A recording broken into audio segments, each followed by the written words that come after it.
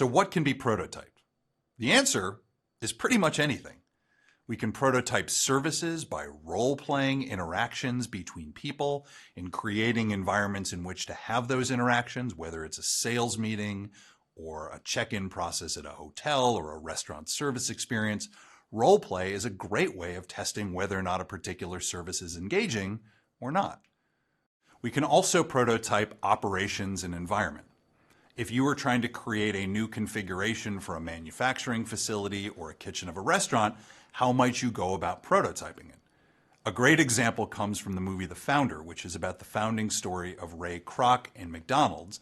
And there's this wonderful scene in the movie where Michael Keaton, who plays Ray Kroc, in order to figure out what the most efficient configuration of a kitchen is, brings his entire team to a tennis court, where he draws in chalk on the ground how the kitchen is currently laid out. And over the course of several iterations, they redesign the kitchen of the McDonald's for optimal operational efficiency. All it took was lines on the ground for them to test where things should go before they started investing real money in knocking down walls and reconfiguring the kitchen. So sometimes sketch-level prototypes work for everything from operations all the way through interfaces. And speaking of interfaces, we've already talked about the example from Twitter, we've talked about the example from Airbnb. Sometimes all you need to do to mock up software interfaces is to sketch things out on paper. There's also lots of software available like Balsamiq and Envision that can help you create very beautiful looking renders of what software would look like if it were to be created without having to worry about spending time writing things in code. In fact, on my blog, there's a whole list of software and interaction design prototyping technologies that I would encourage you to check out if you are actually interested in creating software and mobile phone applications. You'll be amazed what you can do without knowing a thing about technology or code. We can even prototype things like business models. We talked previously about how Google AdWords and Facebook ads can be wonderful ways to test your value proposition, but things like the business model canvas by researcher Alexander Osterwalder is a wonderful sketch-level map that we can use to test how different elements of a business model interact.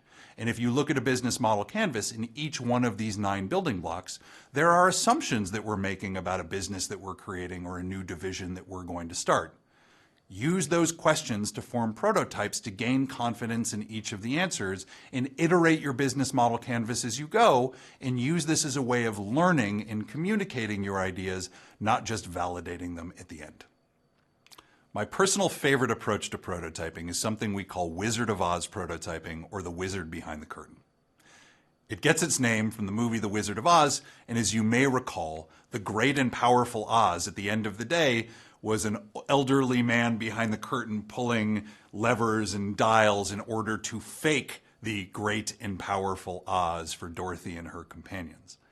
We use this same philosophy to prototype products and services. You don't always need to have a finished product to actually test and perform the value proposition that you're aspiring to out in the world. One of my favorite examples of Wizard of Oz prototyping comes from the origin story of DoorDash. Today, DoorDash is one of the largest food delivery businesses in the United States, but it started in an interesting way. It was started by 2 computer science students at Stanford completing an assignment for class. They wanted to make it easier for residents of Palo Alto, California to order from any restaurant that delivered.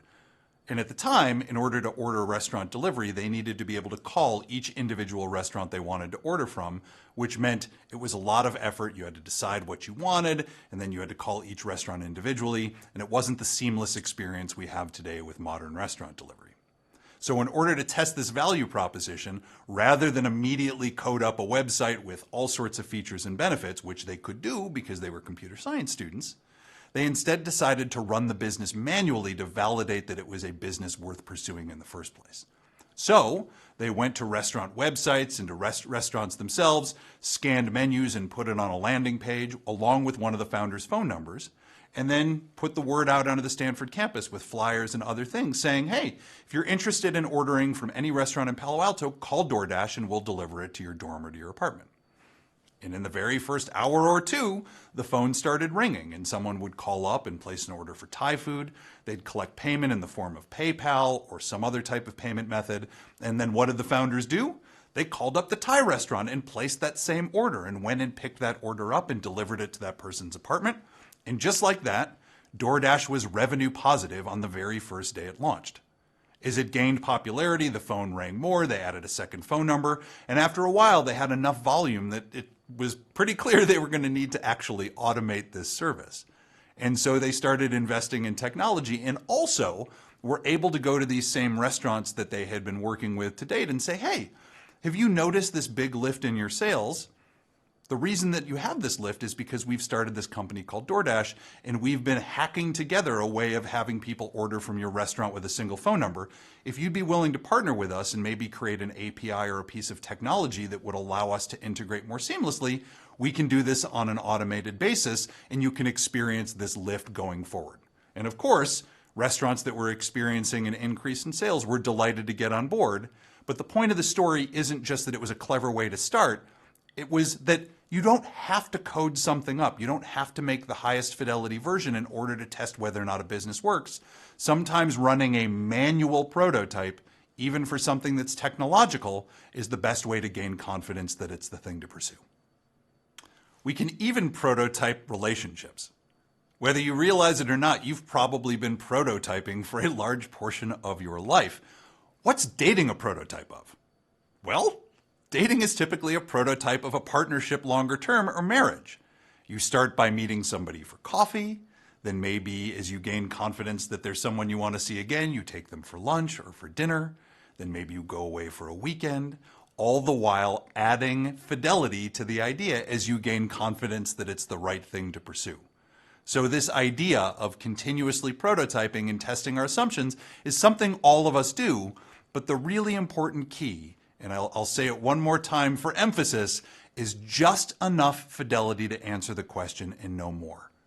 Don't spend unnecessary time and money on something if a quick and dirty prototype will do. All you need is enough to answer the question.